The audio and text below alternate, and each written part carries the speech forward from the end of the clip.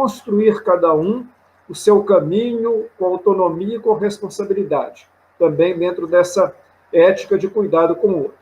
Então, eu queria começar pegando uma questão que ela ficou muito presente naquele nosso primeiro encontro e que, em outros momentos que eu participei nos últimos dias, ela sempre se apresenta, que é a seguinte questão: por que está acontecendo no Brasil tanta tragédia, né?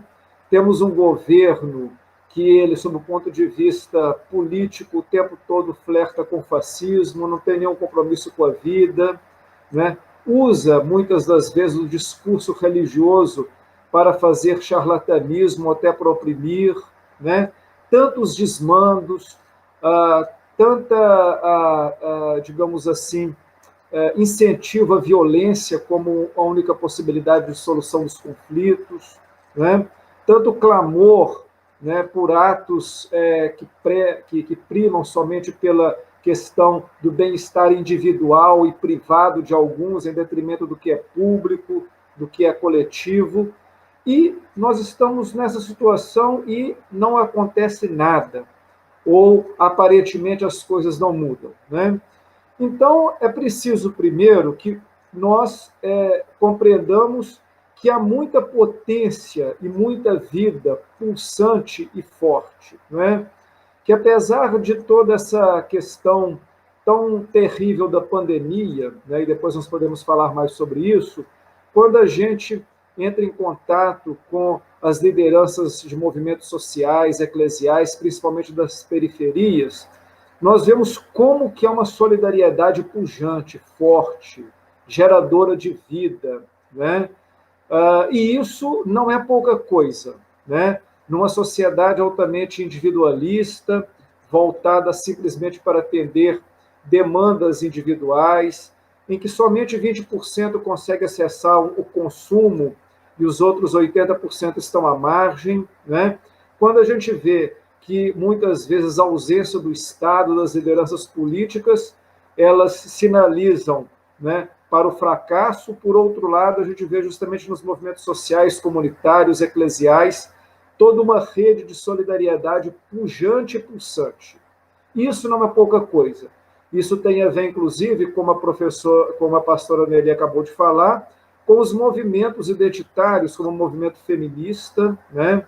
O movimento ligado à juventude periférica negra das nossas cidades, né? Tem a ver, por exemplo, com a comunidade LGBT, tem a ver com quilombolas, né? Que são grupos sociais que mantêm na solidariedade, no coletivo, na coesão, na ajuda mútua, que são princípios do cristianismo, o fundamento da sua própria existência. Ou seja, eu existo para servir o outro, eu existo para ajudar o outro, né? E o que a gente vê nas nossas pequenas comunidades eclesiais, quando os vizinhos ajudam o outro que está precisando de um pouco de pó de café, ou cuidar do mais velho porque tem que sair de casa, nós vemos esse movimento muito mais amplo e pulsante acontecendo agora, nesse momento de pandemia, né?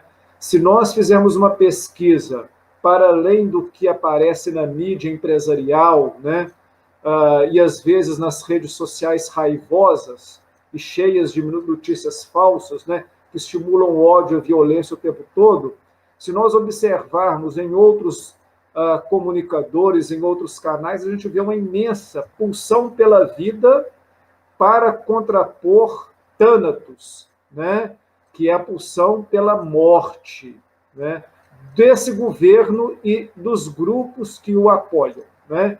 E aí eu queria analisar rapidamente esse governo atual, que é um governo, inclusive, que usa muito o discurso religioso, né? Nós temos que ter muita atenção com essa associação que há entre discurso religioso e práticas militares, que amalgamam, né, de alguma forma, que de alguma forma, se caracteriza esse governo atual, um discurso militar no sentido de controle, imposição pela força, violência, e, por outro lado, um discurso religioso de que nós precisamos de consertar o mundo, de que o mundo entrou num esquema de perversão e que, portanto, agora nós, que somos os legítimos representantes da tradição judaico-cristã, devemos impor, né, à sociedade, a cultura, a religião, a política, né, o nosso modo de ser, inclusive falando em nome do próprio Deus, né? Nós sabemos que essa coligação entre militarismo e religião, ela nunca foi boa na história da humanidade. E aqui, antes de eu analisar os outros atores, né, já que eu peguei nesse ponto, né, que eu acho que ele é muito importante, essa colisão entre militarismo e religião, é muito importante que nós, católicos, especificamente, né, tenhamos muito cuidado, porque nós, às vezes, por termos, durante 450 anos da história desse país, ter dominado, né, em todos os campos da sociedade, nós, às vezes, desenvolvemos, inclusive, um grande preconceito à comunidade protestante e evangélica, e, inclusive, quando falamos de neopentecostalismo, né, achamos que o neopentecostalismo é coeso, que existe só um tipo de neopentecostalismo, que é dessas igrejas midiáticas, né, que se aliaram ao Bolsonaro, mas que é muito importante dizer que já foram aliadas também do Lula lá atrás. Né? Bom a gente dizer isso daí, porque trabalham com essa ideia de ocupação da política. Né? Não é à toa, por exemplo, que, por exemplo, Crivella, no Rio de Janeiro, ele conseguiu ser eleito prefeito com grande apoio de setores da Igreja Católica. Né? Eu tenho vários colegas sociólogos que estudam e trabalham nesse fenômeno. Então, é importante dizer que o movimento neopentecostal é um movimento muito amplo e diverso. Existe também o neopentecostalismo evangélico progressista, que ele se aproxima muito do nosso campo de fé e política, SEBS, teologia da libertação, pastorais sociais. Assim como dentro da Igreja Católica existe o neopentecostalismo que aproxima desse campo nosso eclesial, e existe o neopentecostalismo católico, que ele é muito próximo de Igreja Universal de Deus, que é muito a Igreja do Poder de Deus, e esses pastores tipo Malafaia e etc. Né? Então é bom a gente dizer isso com muita franqueza e no espírito cristão, né? Que o movimento neopentecostal católico e evangélico ele é bastante plural, e os grupos ultraconservadores dentro do movimento pentecostal, eles estão presentes no catolicismo e no mundo evangélico. Então, a primeira coisa é importante dizer isso.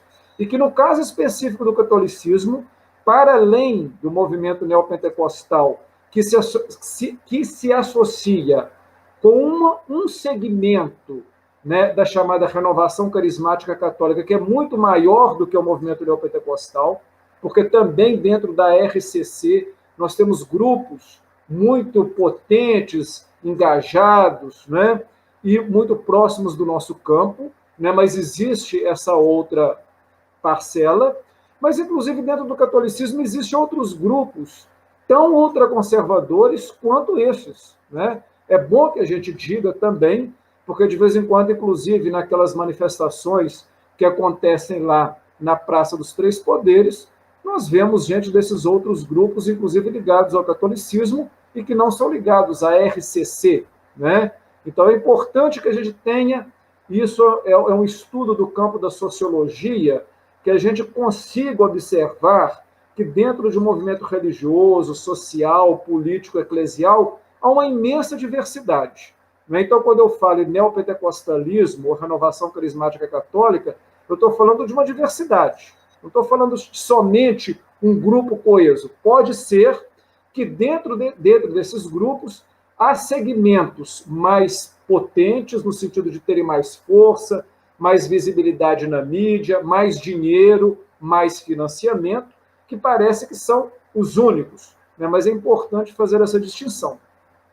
Mas, para além, né, dessa ligação que nós vemos hoje claramente com o bolsonarismo, que tem a ver com setores do militarismo, das Forças Armadas, das polícias militares, que também tem uma grande diversidade, mas eu que trabalho, por exemplo, sou membro fundador lá do Fórum Brasileiro de Segurança Pública, que nós pesquisamos essa temática há anos. Nós sabemos que o bolsonarismo ele é muito forte na base das polícias de um modo geral, polícias militares, polícias civis, agentes penitenciários, que trabalham muito com essa ideia, né, de que é através da força é que a gente conserta a sociedade. Então, há uma imensa base de apoio nesse ambiente. Inclusive, como vocês sabem, né, as milícias, elas surgem dentro das organizações policiais, e geralmente milicianos são ou ex-policiais, policiais aposentados, ou ainda, inclusive, policiais na ativa, né, que formam esse estado paralelo. Então, é muito importante a gente ver isso daí. Então, nós temos que entender que o bolsonarismo, na base militar, ele tem apoio de segmentos das Forças Armadas, e nós temos segmentos das Forças Armadas muito conservadores e retrógrados, né? Essa ideia de que Forças Armadas e Justiça no Brasil são órgãos do Estado, defensores da democracia, da Constituição, isso daí é uma conversa de uma certa elite intelectual, inclusive de esquerda, né? Que não tem coragem de dizer que tanto o nosso sistema de justiça quanto as Forças Armadas são poderes, né, ou instituições altamente seletivas, né, e que atendem muito a expectativas de classe média, de empresários e de quem tem dinheiro. Então, além desse segmento do militarismo, nessas bases das polícias, Forças Armadas, e de segmentos religiosos, do neopentecostalismo católico e evangélico, né, que apoiam Bolsonaro, é importante nós dizer que Bolsonaro ainda tem um apoio grande no seio da sociedade, para além de alguma coisa em torno de 25%, né, que nas últimas pesquisas continuam, né, apoiando o presidente. Nós temos dentro desse grupo de 25%, pelo menos 10% a 15% de cidadãos que são adeptos teórica e na prática do fascismo. São pessoas que não têm nenhum respeito à Constituição, às regras democráticas, né? Esse grupo ultra violento nas redes sociais, né? E que, inclusive, transborda na violência real, atacando, né, médicos, enfermeiros, jornalistas, sindicalistas, professores. Né? Então, é um grupo que quer se impor pela força da violência, que não tem nenhum problema de associar as práticas do fascismo, né? E como prática fascista é preciso ter um líder forte e poderoso, né? Quase que se assemelhando a uma divindade encarnada, e Bolsonaro, quando ele aparece nas redes sociais, ele tenta encarnar essa figura desse líder, assim como foi Hitler, Mussolini e também os autoritários da esquerda, né, da Revolução Soviética e outros tantos, porque nós sempre tivemos esses autoritários nos dois espectros, né, quando você tem a radicalização. Então é importante também dizer isso. Então você tem campo militar, campo religioso, mas é claro que você tem outros atores fundamentais que apoiam esse governo que está aí. Vocês devem ter visto ontem, por exemplo, que depois da divulgação daquela reunião ministerial, que mais parecia, né, um covescote, né, de aloprados que não tem o pingo de respeito, de civilidade, né, para a convivência, inclusive entre si, né, uma coisa lamentável que assusta às vezes um pouco nós, mas que às vezes ela é muito visível no cotidiano das pessoas, por isso talvez não assuste muitas das gentes, porque práticas racistas, machistas, homofóbicas contra negros, contra indígenas, contra quilombolas, contra LGBT, nós as presenciamos dentro das nossas famílias e às vezes das nossas igrejas. Nós temos que ter a coragem de falar isso. Então, aquele converscote pode ter assustado algumas pessoas, mas certamente não assustou a muitos. Mas vocês viram, por exemplo, que uma das falas que foi mais elogiada por esses setores conservadores foi a de Paulo Guedes, que é o representante do sistema financeiro, dos banqueiros, do grande capital, que anda muito satisfeito com Paulo Guedes, porque ele, como disse naquela reunião, vamos vender essa P do Banco do Brasil, mas antes, quando ele assumiu o governo, ele diz, vamos privatizar tudo. Um sujeito que, inclusive, o grupo dele serviu a Pinochet no Chile, o ditador Pinochet, né, o chamado, né, grupo lá, os Chicago Boys, né, da Universidade de Chicago, onde ele estudou, né, que são os ultra-neoliberais, que acham que não deve ter nenhum Estado, né, e as relações devem ser só mediadas pelo mercado, ou seja, quem tem dinheiro e poder dominar os demais. Isso que significa na prática. Então, nós temos um grupo de muito poder econômico que continua apoiando esse governo, né? Nós temos setores do mundo, da classe média, profissionais liberais, essa turma que está fazendo manifestação aí para abrir tudo, né?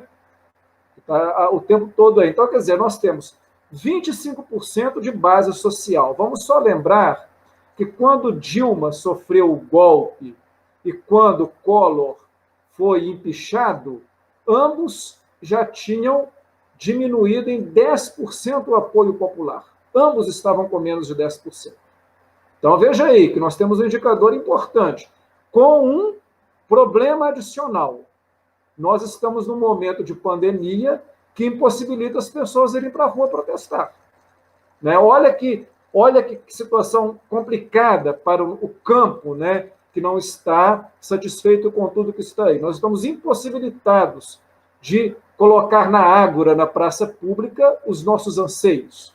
Então, nós temos 25% a 30% de apoio de base social, e essa base social também é importante dizer que tem muitas pessoas que ainda estão muito magoadas com tudo que aconteceu, são pessoas, às vezes, muito mal informadas, que só se informam pelas fake news, que não têm uma capacidade de leitura crítica da realidade, né? Está tudo nesses 25% a 30%. E nós temos setores muito poderosos da sociedade, setor econômico, agronegócio, né? Associado a grileiros, garimpeiros, desmatadores, né? Que querem acabar com a Amazônia, com a Casa Comum, mas com os indígenas, com os quilombolas, né?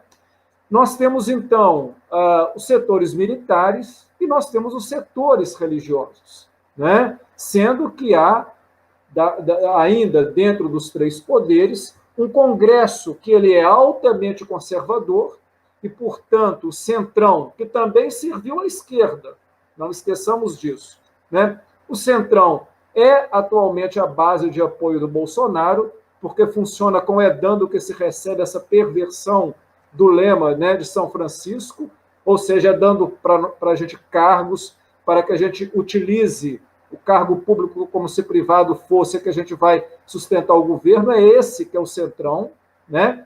Tem muito apoio, inclusive, em setores do Poder Judiciário, né, que, historicamente, né, sempre foi meio que servidor da Casa Grande, não obstante excelentes juízes que nós temos, né, mas enquanto poder, e, obviamente, esses outros setores religiosos. Então, se a gente somar tudo isso, a gente consegue entender por que no meio de uma pandemia com um governo que não está preocupado nem com o povo e nem com a nação, porque ele é vassalo do que diz Trump e os Estados Unidos, né? Aliás, há uma aliança religiosa e geopolítica também entre Trump, Bolsonaro e Netanyahu, o primeiro-ministro de Israel. Eles acham, né, que eles é que são os legítimos representantes da tradição judaico-cristã e que eles é que têm que defender essa tradição, impondo uma nova civilização ao Ocidente. Esse triunvirato pensa assim. Não é à toa que o Partido Republicano, que elegeu Trump, ele é o grande financiador, através de empresas, empresários e think tanks norte-americanos, do neopentecostalismo em toda a América Latina. Financiador de dinheiro, financiador em redes sociais, em grupos de fake news, em desestabilização de governos, como aconteceu, por exemplo, recentemente com Evo Morales, né, que tinham lá católicos e evangélicos por trás daquele golpe. Né? Então, nós temos que compreender esse cenário para entender o que está aí. Como eu disse no início, se por um lado tem uma potência muito grande, que é o que nós conseguimos construir em termos de solidariedade social, que está sendo a salvação da lavoura, principalmente na periferia, junto aos moradores em situação de rua, junto a usuários de drogas, que tem a ver com movimentos sociais, movimentos de bairro, comunidades eclesiais e por aí afora vai. Por outro lado, nós temos no plano institucional e do governo essa situação, que é uma situação muito complicada, e que ela não se resolve no estalar de dedos. O que isso significa? Que nós precisamos de ter uma base, construir uma base social pujante para, no momento melhor, né, como que criar musculatura para enfrentar o que está aí. Porque nós não podemos ter nenhuma esperança, né, no sentido de esperançar, que esse governo que está aí, com esses atores, com esses players, com esses jogadores políticos que o apoiem, eles irão mudar. Eles têm demonstram o tempo todo que eles querem aprofundar essa guerra cultural, política, religiosa e econômica, né, sufocando tudo que tem a ver com as forças vivas da sociedade e das igrejas. Então, eu acho que o cenário é um pouco esse. Eu não quero ficar me prolongando muito aqui, porque isso pode ficar até muito cansativo. Eu só quero muito rapidamente, antes de voltar a palavra para a coordenação do encontro, me referir aqui a algumas perguntas que foram mandadas para mim no último encontro. Duas delas, muito rapidamente, têm a ver com os partidos de esquerda, não é? E muito rapidamente eu falei sobre isso no momento passado da nossa reunião. Em primeiro lugar, nós não podemos confundir as esquerdas com os partidos de esquerda. Esquerda tem a ver com movimentos sociais, movimentos eclesiais, né, que são muito mais amplos que os partidos do chamado campo de esquerda. Então, nós não podemos falar que as esquerdas estão imóveis ou estão desorganizadas. Né? Há muito que está acontecendo e com muita pujança. O que nós podemos falar é que os partidos do campo de esquerda estão com muitos problemas. Ainda estão muito incapacitados de dar respostas objetivas a tudo que está acontecendo no Brasil, na política, na questão da saúde, na questão sanitária. Tem muitas divergências entre si, estão muito preocupados com a pauta eleitoral, estão muito dentro de uma lógica de sistema que a questão política se dá através da ocupação do campo institucional, esquecendo que a política também se dá na sociedade, na base da sociedade, né? E isso não vai mudar de uma hora para outra. Eu estou vendo, por exemplo, que no momento de pandemia, de milhares de mortes, dezenas de colegas nossos do nosso campo querem falar em eleições. Como se eleições fosse resolver isso. Será que as pessoas não percebem que eleições hoje, elas cada vez mais tendem a ser uma farsa quando você tem coalizões poderosas que não respeitam os sistemas democráticos?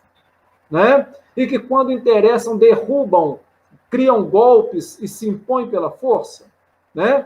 Então, é preciso a gente pensar sobre isso, né? Por que as esquerdas, uma pergunta aqui, não ocupa as redes sociais? Eu responderia, significa que essa é a responsabilidade de cada um de nós, não é somente dos partidos. Se os partidos de esquerda estão na lógica institucional, cabe a nós, movimentos sociais, eclesiais e individualmente, agir nessas redes, inclusive contra essa indústria de fake news. Né? Nós, às vezes, recebemos e não falamos nada, às vezes até repassamos. Então, nós temos que assumir também o nosso protagonismo. Né? Essas perguntas são da Geralda Silene dos Santos e do Lucas Ferreira. O Jorge Generoso Nascimento, ele diz, o que nós vamos fazer com os bolsonaristas? Eu acho, Jorge, que eu já falei um pouco o que é o bolsonarismo, que não é o Bolsonaro. O Bolsonaro é o bode na sala, o bode mal cheiroso na sala, mas por trás desse bode mal cheiroso tem muita gente que o colocou na sala e que não quer tirá-lo. E não adianta nós acharmos que o problema está só no bode mal cheiroso. Nós temos que identificar quem que gosta desse bode mal cheiroso. Né? Aí é que está a questão. E, por fim, Uma última pergunta aqui do Cristiano Keitel, ou Keitel, né? Gostaria de saber sobre a aliança do PT com o Centrão. Isso, Cristiano, se poderia ser uma possibilidade há um mês atrás, hoje não existe mais nenhuma essa possibilidade. O Centrão hoje fechou com Bolsonaro, como nós estamos vendo. Então, eu acho que eu já falei até um pouco que demais, Márcia, quero devolver para você tocar aí, e espero que essas provocações elas possam ter ajudado os companheiros e as companheiras na reflexão. Não quero aqui, em hipótese nenhuma, achar que eu sou o dono da verdade, portanto, imagino que muita gente, inclusive, deve ter discordado de alguns pontos de vista, o que, para mim, é algo muito importante, porque o que eu gosto é de pessoas incomodadas, e não de pessoas acomodadas, né? O nosso discurso ele deve incomodar e não acomodar. Então, se o discurso ele ajudou a incomodar, é um bom sinal. Muito obrigado. Obrigada.